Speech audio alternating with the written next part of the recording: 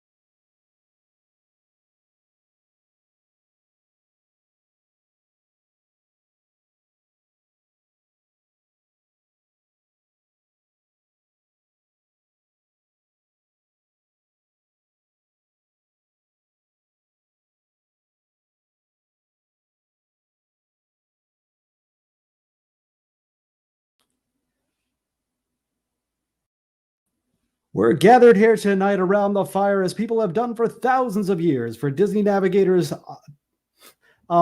Cynics Guide podcast starting in 1 minute.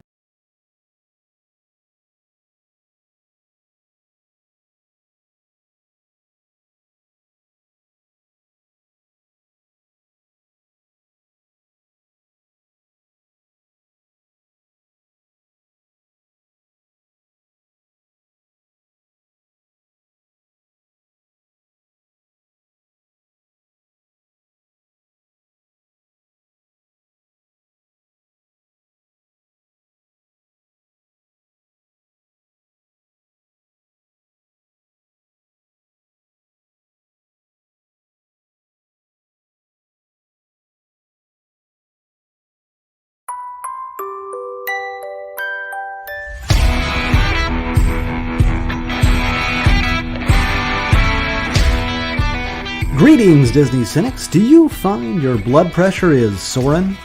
Do you have a tower of terrible outlook? Do you often feel that other people are jungle cruising for a bruising? Well, remain seated as your vehicle descends backwards to Navigating Disney, a Cynic's Guide. And now your host, a woman who admits in the past she's been a nasty, Caitlin Owl. You know, I always think I'm going to get sick of you, but I don't. It's not possible to. I grow on you like a fungus. Adorable. I love being like in the backstage of Facebook, just dying at how ridiculous that was. But with that, welcome everyone. It is episode 10 of our wonderful podcast. And this is so strange because you can actually see us. I don't even know what that means. I don't know what it's like. We're all freaking out. The world's new. Whatever. But yeah, welcome. Thank you all for joining us tonight. So we're going to be talking live about live experiences, but as always, we got to kick it to the news first.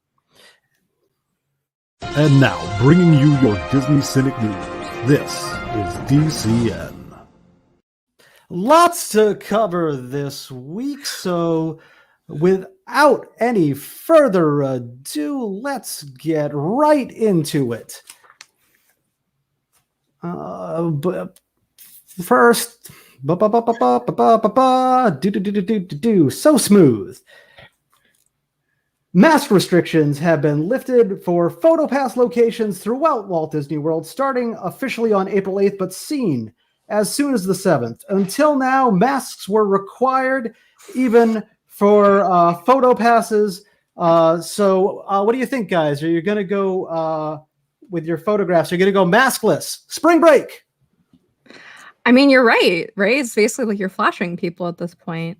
I hesitate with this because what are you encouraging if you say you can take your mask off for this one thing? I really think people are that black and white in this scenario. So when you're saying like, put your mask on, save lives, but it's okay for your Instagram photo, there may be some problems there. But at the same time, you are paying a ton of money and you do want those likes on social. So, I mean, Dan, what about you? I'm going to say I'm 100% going to go mask free the next time, because the next time I go will be after the pandemic's over and I can go there without my mask on. I mean, get COVID for the Instas. I suppose under specific circumstances, you know, if I'm socially distanced and I'm just taking it off for the mask and I'm bounding, for example, you know, like maybe I want one or two photographs. But on the other hand, my wife pointed out that, like, you know, not taking your mask off definitely gives your photos a place in time. So, you know, there's all sides to the story. But moving on, the new Loki trailer featuring the version of the God of Mischief last seen stealing the Tesseract in Avengers Endgame has dropped. The Disney Plus series stars Tom Hiddleston and Owen Wilson and goes live on June 11th. What are you guys excited for this one? I know I am. In the words of Owen Wilson, wow. It is just terrific. I absolutely love the trailer. Everything about it. I am so hyped and ready for it. It looks like a lot of fun. I wasn't excited for it, and now I actually really am. And it's coming out the weekend of my birthday, so I guess you're welcome, world. You're welcome. As my favorite my favorite Owen Wilson quote is actually one that he never said. It was from an SNL skit that he was being impersonated, and it's like, "Wow, honey, I think they're gonna kill us. This guy's outsider gonna kill us." I do remember that one. That was a really good Owen Wilson, Mark. Are you sure you don't want to quit your day job? I have my moments, kids. A Louisiana man, an American patriot, refused temperature check at Disney Springs, resulting in his arrest and multiple memes. He repeatedly exclaimed that he had spent $15,000, but no one seemed to care what he spent on his house and his education combined. What's the reaction to this, Chucklehead? He deserved it. He Chucklehead so doesn't even deserved it. cover it because No. aside from this, he has a bunch of shady stuff in his past that's out there. So he is. What? Oh, Like his what? company, like his company, the health insurance. Apparently, one of his workers had some kind of injury and went to go use the health insurance, but he never paid the premiums, even though they were taking the money from him. And there's all kinds of stuff. So this guy's a winner. What a guy. Wow, I honestly I thought it was bad, but I didn't realize it was that bad. Yeah, I saw that article like the day or two after it happened. I'm like, oh boy, this is a really top notch guy. Well, I mean, who's gonna go to Disney and then be like, no one told me about the temperature checks? No, sir. Literally everyone did. So I think he might have been saving us all from the QAnon conspiracy. But moving on. Mears, the transportation company that services the Orlando International Airport, has announced Mears Connect, a transportation and luggage service that is exactly like Disney Magical Express if you paid extra for it. I'm just going to sit back and let the ire roll out. Oh, goody. I bow get to to pay the double master for the here. same thing. I'm paying for it already in my ticket price. They haven't reduced the prices, and I get to pay for it again if I want to use it. That just sounds terrific. It was such a nice thing to like get on the Magical Express and head. I know you have issues with it, Mark. But I agree. I mean, I do like the idea that you were Disney from the moment you stepped off the plane, more or less. You're kind of Disney. I mean, you're still kind of just shelling out that money, but they took away some magic. Pissed about that. Let's just own it. Disney Pictures has announced that Jungle Cruise, starring Dwayne "The Rock" Johnson and Emily Blunt, and Ryan Reynolds' long-delayed Free Man, will be theatrical only, causing Scarlett Johansson to scream so loud all the windows in her mansion exploded. What do you guys think? You going to see either of these films in the theaters? I know Caitlin learned about Jungle Book on this podcast. Jungle Cruise, right? Jungle Cruise. Yes. Did I say Jungle Book? You did. Well, I've been drinking. Yeah, I'm not going to see that. I mean, I'll go see Black Widow, but I'm not going to see that. It's Disney Plus. That's the animal kingdom of movies. It is. It really is. If you think about it, it looks. Actually, it's the Magic Kingdom of movies. If you think about it. Have you? Yes, it is. Have you seen the trailer for it? It looks awesome. I'm very skeptical of that. No, I haven't seen the trailer, but I have a hard time believing you. I'll watch it and like send you my reaction, but all right, sure. That being said, The Rock as Maui, one of my favorite things ever. So okay, so we've established you like The Rock. No one is with two thumbs and a heartbeat could hate Emily Blunt. So you are an android.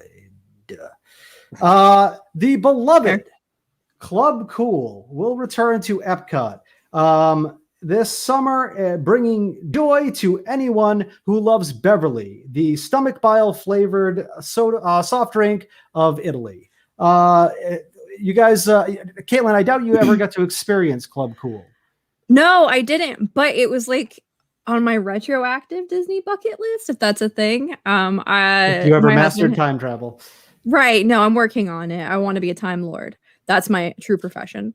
But my husband is really interested in trying Beverly, and I really want to force the kids to try it. And I'd also like to try it myself. I hope it gets to come back. I actually tried to order it on Amazon, and it is locked down. You cannot buy it. So exciting. The demand for vomit flavored sodas just too high. There's a demand for bad things. Yeah, I like bad things. Have you guys not noticed? Are you looking forward to your feet making that sound as you walk around a building again? I mean, that's part of the Epcot experience, isn't it? If you don't have that, did you actually even go? Like I don't disagree. Is and it is it because the floor is sticky? Why is it squishy? Yes, the floor was very sticky. No. Yes, in it's Club probably Gold. just soda. Don't worry about it. Yeah, I'm gonna pass on that one. Oh my goodness. Yeah, that's a no. This seems to be. I'm noticing a trend. I just don't like sticky floors. I think it's disgusting. Like I get heebie-jeebies thinking about that, like from when I was a kid. Like Some things that are awesome are disgusting. That's how we're all here. And that came out of nowhere. And in Disneyland, Disneyland will finally open Marvel's Avengers Campus on June 4th of this year, featuring web slingers, the already open Mission Breakout, yep, and the PIM Test Kitchen, along with that highly publicized Spider-Man flying audio animatronic. You know, guys, can I just say that I don't know that any of us are really qualified to talk about this one? No, probably that's not. fair. I can pretend. I think we might have to call in an expert. I Can we phone a friend? agree. Phone a friend. Ladies and gentlemen, please welcome back to the podcast a friend of this show, West Coast Jim. Jim, how you doing? Yay. Woo! I'm good. Good to see you guys in person and talk with you guys and hear about all sorts of fun and terrible things. So, what do you think about the Avengers Campus opening up on June 4th, Jim? Is it good? Do you think there'll be a Club 33 preview or anything like that? No idea. I generally don't go to the previews anyway, but I'm excited for that. I was actually slightly surprised because this was supposed to open last summer, so I assumed it was going to open along with everything else, but apparently not. So there's going to be a little more than a month break. But I'm excited for that, especially since I have a kid who is a huge Avengers / Spider-Man fan. So I can't wait to check it out and see. It's a very small area though, so I can't imagine. I mean, I've seen the video. It sounds exciting. It's not. It's basically where the old Bugs Life area was, and so I'm curious to see what they've done. And the fact that there's a Spider-Man ride is very exciting.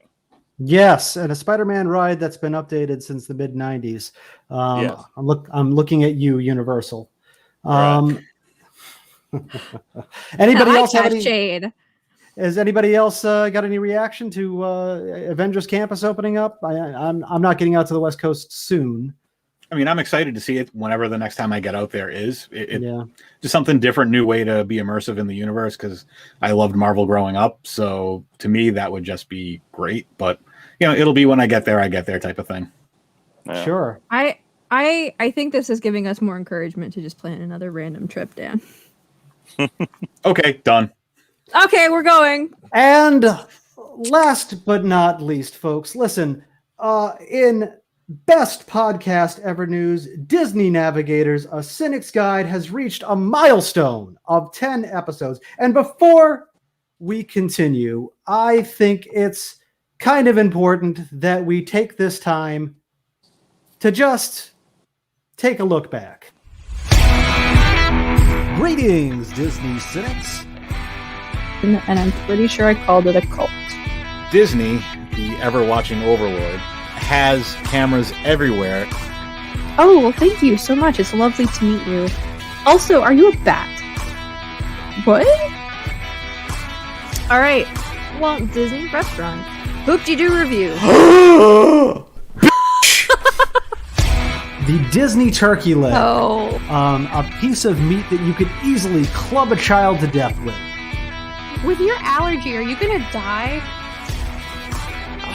I'm going to just go and blame it on the creepy clown from the pool. I think this is the Privilege podcast and we should just turn into the skid. I mean, How did you have fun in Disney as younger people? Navigating Disney, a Cynic's Guide.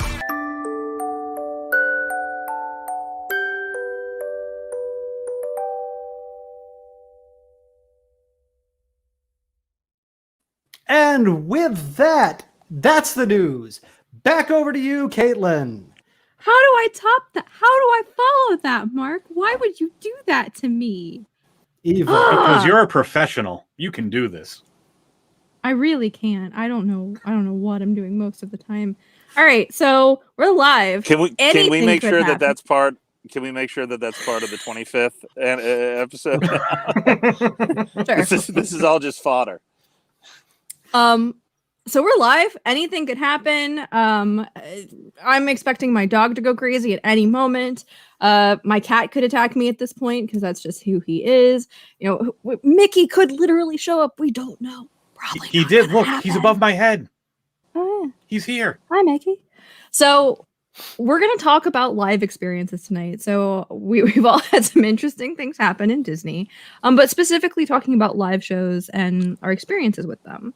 I'm looking forward to this because I actually don't have as many live experiences you all do. And one of mine I truly, truly loved. And my other one was just like a hellish fever dream. So I really can't wait to see what you guys have pulled. So I think we should each take you to your point, Caitlin. Let's all take a Disney live show experience that we love to talk about, and let's close out on the hate because hate's more fun. it is. It really is. So who's going first? I feel like I always go first. You're I up. am? You're Okay. up. So what's your All right. first? What's your So I actually found out today that I've been calling the one that I love Frozen Ever After for a year and a half, and that's not what it's called. It's like the Frozen Magical Sing-Along, or for the first time in forever, a Frozen Sing-Along. Love it. So yeah, I've mentioned before, like, you know, Elsa had this kind of deep connection for me, and I love the whole idea of being able to find magic through emotion. So Dan had booked us in to see for the first time in forever and was like, we're gonna go this time. This is our show. You know, end of story. And I was just like, oh no. Like at this point, I have a 6-year-old stepdaughter, and it's been so much Frozen. I kind of still felt like I could throw up if I heard it again. And I was just like, oh, this is gonna be a nightmare. So we get in, and it ended up being the most delightful thing. Like, I actually might have shed some tears, and I really hate to admit that. But first off, the show is not just Frozen. It's actually like these adult actors who are basically making a lot of adult humor-esque jokes. A lot of like inside humor for the parents. And then of course, you know, Elsa comes out, but I don't even remember that part. It was really just how the narrators were telling the story. And it honestly was just beautiful for me. And I have to say, I saw Frozen on Broadway before it closed, COVID, RIP, whatever. And they were kind of like neck and neck for how good they were. Like Frozen on Broadway was definitely beautiful, Broadway theatrical, loved it. My heart was full. But I was laughing with this. I was having so much fun. And at the very end, there's magic, right? It's Frozen. And they shoot snow everywhere. And I remember just being like, okay, this is fun. And then I want to share with you guys this picture. So that's me, my mouth reacting. That's Dan's daughter and my stepdaughter. But look at Dan. It's the happiest I've ever seen him. He was so jovial, and like they were into it, and we were all like singing. And look, I love his daughter. She's in the pigtails in this one. She's just shocked at what's happening. And there's like all of this sort of like awe in their faces. And then I also want to point out Dan's wife, Heather, is in there, and she's looking over just like, why is she so excited? I'm going to murder you. But we had so much fun, and like the snow was beautiful. We were all shouting and singing, and it didn't matter that I can't sing. We're completely off key, loved it. And it was just this most magical experience. And I do have to say, Olaf in this was cool, and I felt like super into it. And on the Broadway version, it's literally a person with like a half puppet. Yeah, and they it was do a literal like Avenue Yeah. Q style where you can see the performer. Yeah, I wasn't okay with that. But it felt like I was seeing the movie again for the first time. And it just gave me the warm and fuzzies. So if you can see First Time in Forever, do it. It's absolutely one of my favorite memories, if only for the fact that that photo of Dan confused my Google photo algorithm because it was the only photo I've had of him smiling, and it couldn't tag him because it didn't recognize it. I enjoy it. I've been to it a number of times, and I've gone kind of through the spectrum of experience with this journey with the cultural attaches from not Norway. What is it? What's the name of the magical land in Frozen? Arendelle? Thank you. I just blanked. I'm getting older. But I had a daughter who was the prime age when Frozen came out to be singing Let It Go at the top of her lungs with her friends. And we saw it then, and she was totally into it. And she lived long enough to regret it, where she and her brother were sitting there looking like someone was giving them a root canal, while my wife and I were singing at the top of our lungs. So everything old is new again. I really hope that you get to just make that happen for her, every year till she turns 18. It's the plan. Cool. Good. Who's up next? Dan, you want to go? Sure, I'll go next. So what I've got is Festival of the Lion King at Caitlin's absolute favorite theme park in Animal Kingdom. And this will be her favorite show when we finally drag her there. That is my life mission. So it's a theater in the round show, lots of performers. There are 4 sections, on the exterior walls that for seating, and you've got they're all grouped off by animals. You got giraffe, elephant, warthog, lions, and they're puppets that they use for to represent those areas, and those are actually the puppets from the Disneyland, the Lion King celebration attraction that they had at Disneyland. So they repurposed those for this, and it's a lot of fun. It's basically about a 17-18 minute story of celebrating Simba and all the stuff that happened. And there's as you can see in the photo here, we've got you've got flying performers, there are monkeys that come out and do their tumbling, there's just all kinds of performers, and it just tells this fun story, and it's done in such a great way. It's just a great visual element, and I really enjoy it a lot. Yeah. Anybody else love Lion King? I actually have never seen this, obviously, because it's in the worst park. But I'm happy to default. It to is all not of the you. worst park. We are You not can't having the judge mouse it if ride you now. haven't been there.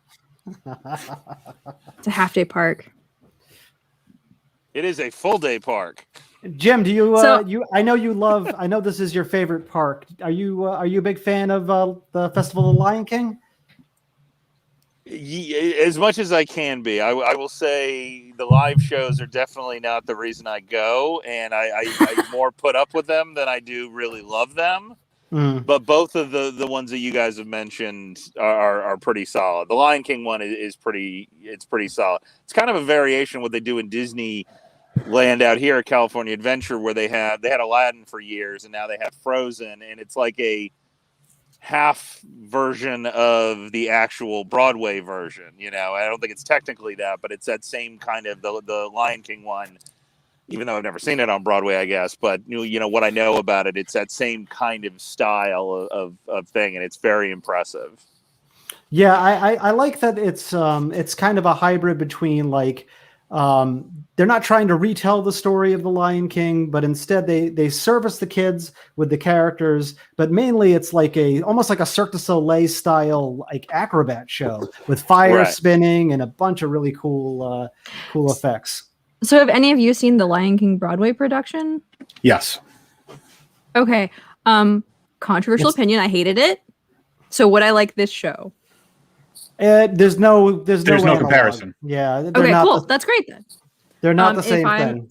If I'm ever kidnapped and taken to Animal Kingdom and forced to watch this, then I will be open-minded. Would you say my characterization is exactly? Is my characterization somewhat right though? I mean, it is in that same kind of style. Obviously, there's no story, but in terms of the costumes and some of the work that they do, you've got the animatronic giant Simba and Pumbaa, and you've got the Timon comes out, and do they have a Rafiki? There's a guy who's Rafiki like. Yeah, I Right. don't necessarily know if Rafiki's there, but they have somebody like similar to him, like come out dressed up. That's really it's cool. So, Jim, what do you got for us? For me, I am going with a little bit of a nostalgia pick. Like I said, I'm not the biggest fan of any of the live shows. If I could skip all the parades and if I could skip most of the live shows, I would. But over the years, I've kind of caught some of them because of the kids, some for the reasons. But the one that stands out to me is the Indiana Jones Stunt Spectacular at Hollywood Studios down in Florida. I loved it from when I first saw it. I love it every time I go to it. It's a very ingenious combo of like a stunt show, which Disney generally doesn't do or hasn't done. I mean, it reminds me of kind of the Universal, Waterworld show or the Miami Vice Stunt Spectacular, but it's very unique, and I really enjoyed it as when I was a kid. But now having kids of my own, being able to bring them there and actually watch them get kind of impressed by the rolling boulder, by coming out of the ceiling, all the different, fireworks that go along with it. I can't say enough good things. I'll every chance I get, I will go see that show. Yeah, it's a throwback to when the park first opened, and it was very much in reaction to the fact that Universal was opening, and they had a bunch of like shows that were about how movies were made, like the backstage tram tour and all that. But like it's just about stunts, and it's like this like sole surviving attraction from that period of the park. I love it. I actually thought it was lame for like 10 minutes, like. Before the kids were born, we stopped going to it because I'd been to it a bunch of times and I was just burned out on it. And I just like, I don't think this is for me. It's hokey. And then like we took the kids to it and I'm like, oh, this is like legitimately good. And in fact, I was lucky enough and loud and motion filled enough at one point to, Jesus. Oh my God. To be chosen. I have never had that experience, and I'm very upset about it. But as one of the folks who got down there, and I did not. I thought I was going to get to be the guy who gets to fake his death. I wasn't, but the guy who's got his hat in his hand is the stunt guy. And when you're backstage, how come only one of us is really chiseled and like looks acrobatic? I had no idea you did that. That is ridiculous. Is there footage anywhere? Can we watch a clip of that? There is, in fact, footage of it on Emma's YouTube channel, which I did not pull. But I'm gonna watch I want to see that. Yeah, I want to see that. It's a lot of me going like, yeah, I'd pay to see that. Yeah, I've seen that show entirely too many times, and I've ridden Star Tours too many times to never get picked as the rebel spy or the guy or the guy that gets to go down on the floor. And maybe that's why I'm holding out. Maybe that's why I like it so much. But I'm looking forward to. You do have to make a complete ass of yourself. Like you have to make a complete spectacle of yourself.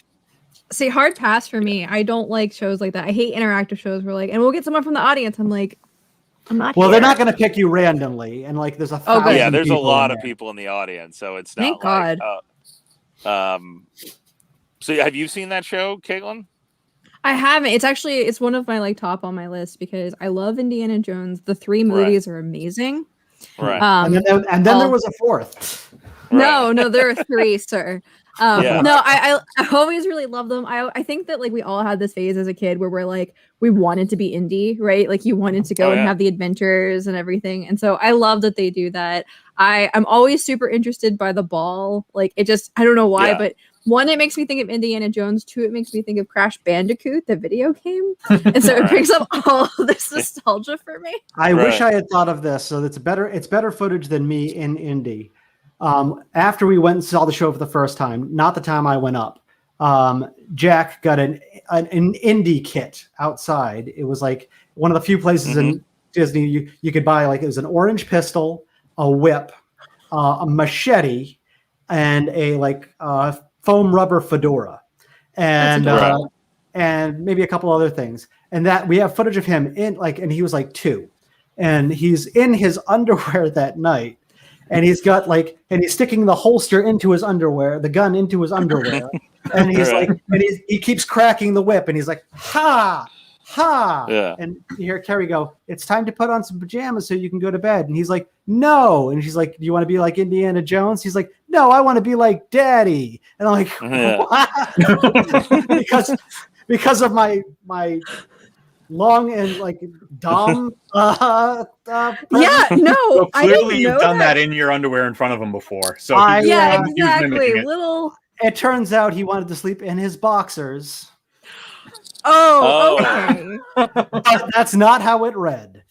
No, Right. no. You should tell that at his wedding. There you go. That's a good wedding story. But no, I love that you picked this. It's one that I actually super want to see because I mean I agree. Like you don't go to Disney for the live shows.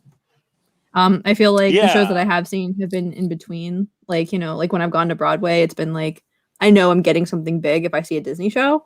Right. But so that's one of the reasons why I think my expectations were dashed for the one I hate. But we have a lot of time before then. So Right. Mark. Yeah, mine is a very special show to my family, and it is something that we try to catch every time we go, and it's a bit of a time commitment because it's a really long show, but Finding Nemo the musical is one of our favorite shows on property, and we've covered the fact that there's a lot of Drek. But the book was written by the same folks who did Avenue Q. It is a performer and puppet show, so you can see the performers. It plays off seamlessly. The kids are not looking at the performers, they're looking at the puppets. You're just experiencing the whole thing, and it's really boiled down to really the story of a father and son, which is really the thing that we just love about it. It's incredibly colorful, and the songs are just so catchy that you feel like Finding Nemo should have been a musical the whole time. There's a song Right. called Just Keep Swimming. There's a song called Fish Are Friends, Not Food. There's Go With the Flow, which features a giant puppet crush. And it's a special show to us for a lot of reasons. One, there's a song called In the Big Blue World. And if you've ever ridden the Seas with Nemo and Friends, you've heard this song because they sing it at the end of that ride. But in addition to that, it's a featured song throughout the show. And when Jack was very small, it was his favorite the recording, this cast recording of this show was his favorite CD or his favorite album. It was his favorite wax cylinder because I'm that old. Yeah. And so every year on his birthday, with him in the back seat and me in the front seat, I put the phone on the dashboard and I tape the two of us singing it. And it's just like a nice little tradition that we have. But in addition to that, when we were down and Emmis had a very active YouTube channel, one of the things that I wrangled and my philosophy is like, you need to ask, you need to advocate. Like, it's just one of those lessons that I feel like you have to learn early on because, you only get the opportunities you go for. And she's like, I really like, she was doing these things called Theater Thursdays where she interviewed theater personalities. And I'm like, let's see if we can get an interview with one of the cast members. And instead we got an interview with the entire Wow. cast. So That's Oh my great. gosh. we just asked, I went up to a cast member and I'm like, listen, is this something that we can make happen? And they're like, well, normally that's not something that happens. I'm like, well, I know it's not normally that's something that happens, but I'm asking, is it something that could happen? She's like, well, it's not, it's unusual. And I'm like, okay, but unusual things happen when we Right. believe in ourselves, if we believe in our Oh my heart, god. and if we wish and pray. So 5,553 views later, here's an excerpt from that interview. What was Yeah. the first play you did? First play I ever did was Into the Woods. When I was 16, I played Jack. Wow. Guy. What was your favorite show you've ever done? Favorite show I've ever done is a show called Rent. You know Rent? It was a Broadway show. She's like, I know Rent. Yeah, it was a dream come true role for me to play. Have you done any other shows on property? I do. I also sometimes you can see me as a Jedi over at Hollywood Studios in the Jedi training. So that's just a little snippet of her interview. She knows what Rent is now, theater kid. I was about to but, say she's so little. Also, he was definitely Anthony Rapp's character, right? Like we're all agreed there. Yeah, Oh, that was he would right. have to be. Yeah. No, that was great. So where is this? Is it in Epcot? I actually don't know. Yeah, No, it's in your favorite Well, park. here's the thing. What park is it? Here's the thing. If you want to see it, you might have to go to the Animal Kingdom. That's right. And Caitlin, I will say we took Nora to go see it, and she's going to make you go because she loved it. Kaylee loved it. It's the best one. They say it's the best show. So Hey, yeah, you Mr. really don't have a say here. They're So 6. Well, they were 6 at the time. Everything's the best. You could be like, look, But here's they liked here's it a better Cheeto. than Frozen. Hey, Mr. Grumpy That's Gills. untrue.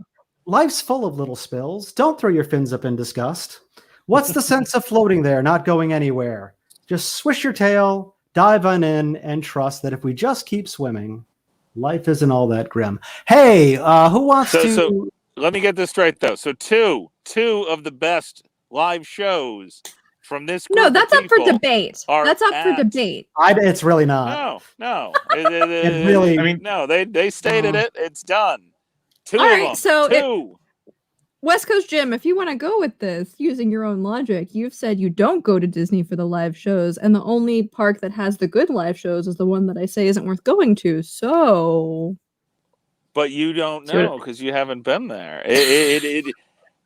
That's how good that park is. That I, generally speaking, never watch those two. I mean, I've seen them once. I definitely don't go to see those shows again. And I still think it's so you have the no best reason park. to go back to Animal Kingdom. It's okay. I get it. Oh no! But I don't go to Animal Kingdom for the live show. I don't go anywhere for live shows, by the way. But Fair. the other things about that park are what make it great, and I'm still holding that back till we have that conversation. I will consider it for Nemo only because like my true goal in life is to be like Crush. Like if I could have that mentality and that attitude without investing what I'm guessing is a substantial amount into marijuana, like I would love that. All right.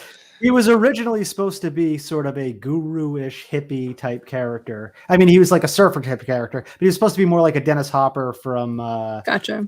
like Apocalypse Now type character. He's the Disney dude. Like you guys get that, right? Like the crush abides. The Oh, Crush absolutely. abides, The yes. crush abides. Fascists. That's not a thing. Hey Jim, you've got Yes. the qualms, so why don't you go ahead and tell us a little bit about you're going to go West Coast for this one? I will. I mean, listen, to me, the live shows too, I think they do a really good job with them. I think they put a lot of energy and a lot of time and energy and money and all that into all these things. So I feel bad kind of punching down on it, but the one that sticks out to me is in the West Coast. It is Mickey and the Magical Map, which is a show that I guess just got shut down. But has been around for almost 10 years now. No, excuse me. And it is there's a lot of fancy technology that's used as part of it, but I just couldn't care less about the actual show itself. A lot of the songs are kind of like B songs, in my opinion. You know, not to be too controversial, but like a lot of the songs that are Oh, used that's in it are scary. I do Right. not like that image. but it's just okay. Part of it for me too was the fact that originally that area was used for like a princess fair, which is something my daughter really loved at the time. So you could go there and see the princesses do a little something and meet a lot of them, and so we had a really real soft spot for it. And then this came in, and it's fine. It's just not particular. There's not a lot of live shows out here compared to Florida, but Right. that's one that I definitely haven't gone back to, even though I kind of like that area of the park and it's kind of quieter. You can get kind of a quieter, out of the sun place to sit, but it's not worthy. And I guess they're bringing in something new soon, but that thing is going to be something from one of the cruise ships, which just to me doesn't feel like it's got a lot of extra appeal. But we will see when it shows up. So I don't everyone know knows anything cruise acts are about- the best things. Yeah, right. Well, I don't know anything about the show, but from what I can tell with the pictures and inferring about the title, Mhm. Mickey finds a map and it's basically like Dora the Explorer. Like I'm a map type thing. It's kind of like a It starts out as like a Fantasia kind of thing where a piece of the map is missing. I don't even remember, but like the piece of the map is missing, and then Mickey has to go through all these movies to figure it out. I don't know. I just, it's never something that my kids even cared about. So it's that's usually the telling part for me. A lot of the stuff that I've seen, it's because the kids need to see it for one reason or another, or I'm curious at least to see it once. But that's one that I think I saw once and never went back and saw ever again. That's fair. I mean, also, I don't remember Fantasia very much. I just remember being super messed up by it. All right. Well, it's really the Sorcerer's Apprentice part of the Fantasia thing. It's not right. I don't think it really, they've got dancing mops and stuff like that. But again, and then they I go should into rewatch that. I mean, Sure. I think they're all worth rewatching. I mean, if you like, not to watch Black Cauldron the other day. You're no, like, I told you to get it off your list. I mean, because okay. Watch it once, and it might be your jam. It's just not mine. It's very Tolkien-esque. I own it, but I own all of them, so that's not. I would say something, but I'm very excited about the Ewok movies being on Disney Plus now. So I am not exactly the right person to criticize anybody's going back and watching anything they might have missed. You're not going to yuck anybody's yum with the Ewok adventure, or right. Was Wilford Brimley in one of those?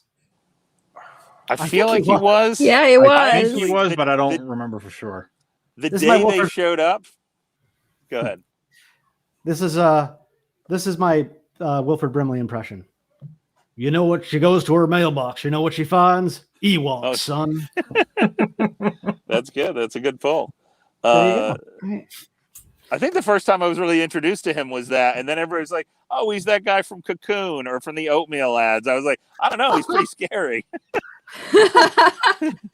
I saw Tom Cruise kill him with a briefcase. Yeah. I forgot it was about hard. Tom Cruise had a hard time killing him. So, yes, that was the real science fiction of that movie. Yes. Let's move on. Dan, what do you got for us, bud?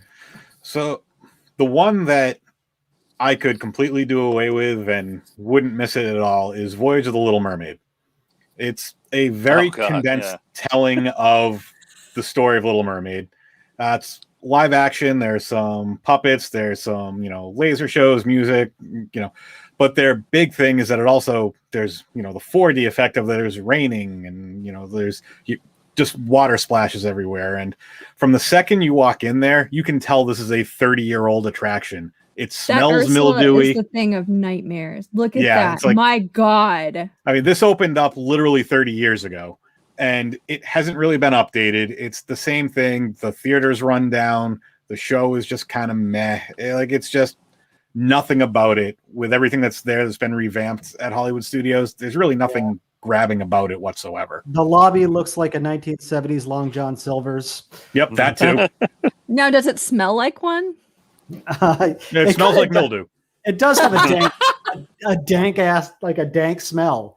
And it's weird too, because I will give them credit that Ariel in this thing that's a performer. She's actually singing. A lot of stage shows, they're like the castle shows, for example, they're lip syncing.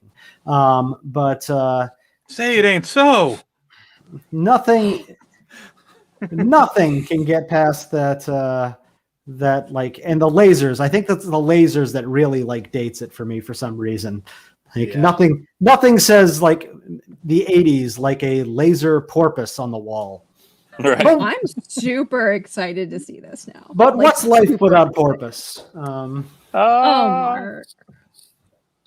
I mean, that ride is that show is so mediocre, let's be kind, that it used to be one of the best places to get out of the sun, because of the water or the dankness of it or whatever it was. It would get cool and it was a good place to get out of the sun, but man, you couldn't stay very long. No. All right. Although I would rather be there over Caitlin's, so that's a good segue into Caitlin now. All right. Let's hear it. So I was super excited about this. This is actually something I was Is this like an super Animal pumped Kingdom for. show that you haven't seen and you just have decided it's terrible? Yes. Thank you everyone for coming. All right. No, so for me, so I'm a huge Beauty and the Beast fan. It's what got me into Disney. That and Little Mermaid, but whatever. So Beauty and the Beast was actually my first Broadway show. I was 17. I got to see it a few months before it closed, and it was like truly transformational for me. Some of that soundtrack, like I will play it in my car. I love it so much. So Dan, knowing this, was like, I've got a surprise for you. And I was like, is it like $1,000 off coupon for a trip? Like, so he's like, no, I'm taking you to see Beauty and the Beast. And I was like, well, I've seen it. Like, I know what it's like. He's like, no, it's a stage show. And I was like, awesome. You know what? It's going to be just like the Broadway show. So my fellow Disney cynics, no, they're not. So we get there. First off, it's this like gigantic amphitheater, and I was just like, whoa, the production value on this is going to be pretty high. No, it's not. So I don't really know how to explain this to everyone, except for it's basically like a Cliff's Notes version of Beauty and the Beast, set in the 80s / early 90s. This came out, I think it's been running since the film came out. Paired with like a fever dream about animation with costumes made by someone who has never seen something animated. Like, look at that teapot in comparison to Belle, guys. It was horrifying. And it was just like, I remember sitting there and I'm in this amphitheater and I like look over at the kids and they're super into it. And I'm like, cool. I want them to have this experience. They love dance. They love music. Like, I want them to know they could like have this job one day. And I kind of look at the adults like over to my side, and Dan is just kind of sitting there like, and all of the other adults are sort of doing the same thing. And I had this moment of like, oh my God, it's only me. I'm the only one who thinks this is bad. And so finally what happens is we get out of the show. The kids are like, oh, it's the best thing. We love it. Belle was so great. The dancing was great. It wasn't. It was weird. It was real weird. And so we get out and I was like talking to Dan. I was like, I really expected that to be a lot like the Broadway show. And he was like, oh, no, this is like if the Broadway show was like performed outside in the alley. And I think that's the best way to describe it, is it's very much like they knew they could get people in seats. So they did it. And they realized they didn't really have to try. So they were like, you know what? This is good enough. This is absolutely good enough. And I love costume design. I love costume designers. Like, it's truly difficult work. But my God, like, oh my God, they look like they just walked out of 1991. Like, we could have had some kind of update. And, oof, yeah. And I just have to say, the Beast was pretty creepy. Not gonna lie. Like, I felt deeply uncomfortable. Like, I feel like Disney with Beauty and the Beast kind of gets this weird pass with it, because you're like, oh, he was a beast and they fell in love, but now he's a prince, so we're just not going to talk about that part of the movie that was the whole movie. Mm-hmm. But with this, it was like you couldn't get away from that gross feeling. You were just like, oh, but he was really not someone she should be with. Like, he was a literal like plushie. So we got out of it, and I remember just being like, oh, okay. Well, and the worst part was I looked at, like, Dan was like, you know, what was it like to like see your favorite songs? And my favorite song from the Broadway version is called Home. And they made it for the Broadway version. And I was like, they had some of the notes like in one of the overtures, and he was like, great, I'm glad you liked it. Let's go. And that was that. But like, it wasn't that it was terrible. It was just such a waste of time. Oh, it's pretty terrible. It's bad. Yeah, That reminds me of the feel- last Beauty and the Beast movie. It was exactly like that. Only they I feel Well, like the singing was those- good though in the live show, comparatively. Yes, fair. not auto-tuned. Not auto-tune, but it was weird. It was like, Oh, I honestly feel Emma. the Disney people who created the live version like watched this version and were like, oh yeah, this tracks, let's do this, but with Emma Watson. And Right. I think everyone in that audience could have been like, oh no, that is not your goal here. Right. I don't think Ugh. any Disney executive has seen the Beauty and the Beast stage show since Michael Eisner, signed off on it 30 years ago. It was in fact put in as a temporary show to promote the new Beauty and the Beast movie, and then they forgot to get rid of it. I think if Bob Chapek wandered into that part of the park and he would just look at it and go,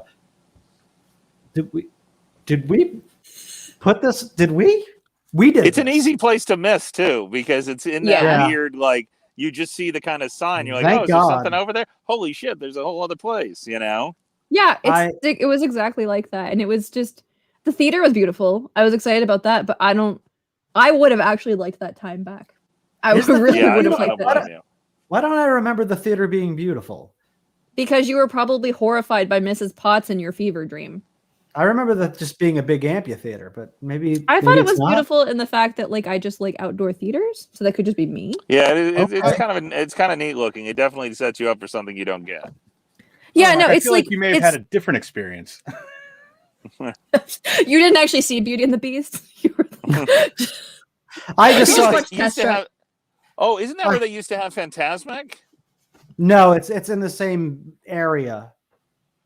Okay. But so actually, that leads me to this really leads me to Mark, and I have a question. What is Fantasmic? Oh, would you like to talk about Fantasmic? I would, because I want to hear you describe it. I want to. So, Fantasmic is this amazing stunt, music, mist projection, pirate ships, steamboats, and all the characters that you love and know on the rivers of America at Disneyland. In Hollywood Studios, it is utter dreck. Hot take. Wasn't it the same show? It is not. First of all, it is not the same show. First of all, I want to just you got to address the actual viewing of this thing. So when you're in Hollywood Studios, you go into a way too large amphitheater, and you may be 1,000 feet from this thing. The closest you're going to be is a good distance, and it's got elements of the original version of this, but it's got some things that it cannot replicate. And I'm going to start with location. If you see this in Disneyland, it is in the rivers of America. So seating is a nightmare. And viewing it is a nightmare. It's more like viewing a parade because you have to scramble for a spot. So that is inconvenient. But what you get in a trade-off for that is the fact that this thing is more or less right on top of you. There's no space at Disneyland. So what you lose in space, you make up for in intimacy. Also, they use the real pirate ship that you can ride on during the daytime. What is that? The Liberty? What is that? What's the name of the pirate ship, Jim? Do you know? No, I couldn't tell you off the top of my head. So they've got. Sorry. When I saw it originally, I think they updated it to Pirates of the Caribbean. But when I saw it, it was Peter Pan and Captain Hook swinging from the rigging. And fighting mid-air, something you'd never seen before, with characters on the deck, like Wendy is yay, cheering Peter on.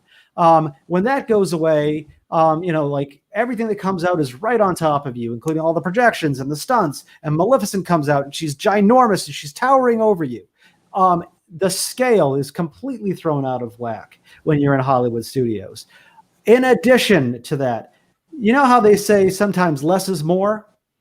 Well, I would like to see less Pocahontas in my Fantasmic. I do not need a 20-minute reenactment of Pocahontas. 20 minutes? I don't know. It feels like it goes on forever. I mean, oh my God. I want you to take the most Pocahontas you would ever want to see.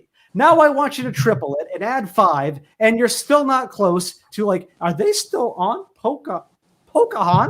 You get a glimpse of people's favorite movies, and you get a triple scoop of one of Disney's most problematic movies when reaccounting America's history. She was 15, y'all. But and at the end of the day, one, it does not benefit from the fact that I saw a better version of it, but it also. But in addition to that, I just feel like it's an inferior product, especially when you get the steamboat at the end with all the characters waving. Yeah. When you're in Disneyland, that's on the real steamboat. Right. And when you're in Disney World, it's on a pontoon with three levels. Just kind of it is worth seeing. Now, I will say this, Fantasmic is worth going to. I did a dining package, though. I will say, if you want dinner and go to Fantasmic, that's fine, but don't think that you're going to get front row seating because you paid extra money. They just have a section that is roped off for you, so you're just sitting just as far back. So that's my hot take, guys. I know that it's a wildly popular attraction at Disney, but not my fave.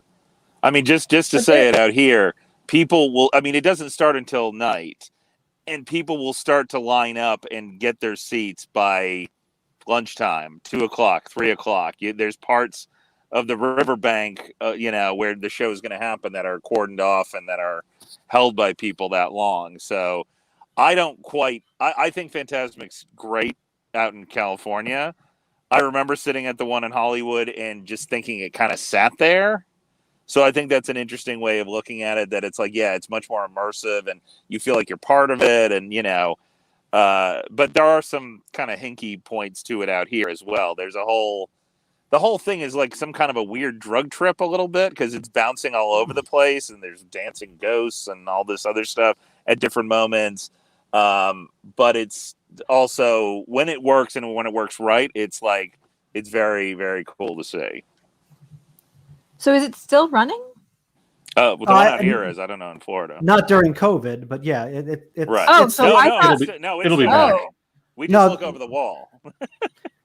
Yeah, that's right. They left it on. They didn't shut it off. I know exactly. No. This is a very popular Hollywood Studios nighttime spectacular. This was the nighttime spectacular at Hollywood Studios for a long time.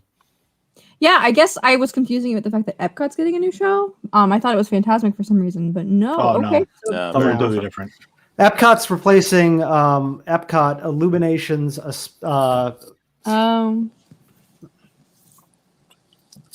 had a stroke. With Stargate, I think. With it looks like Stargate. Yeah. Harmonious and the very controversial Thanos ship. So right.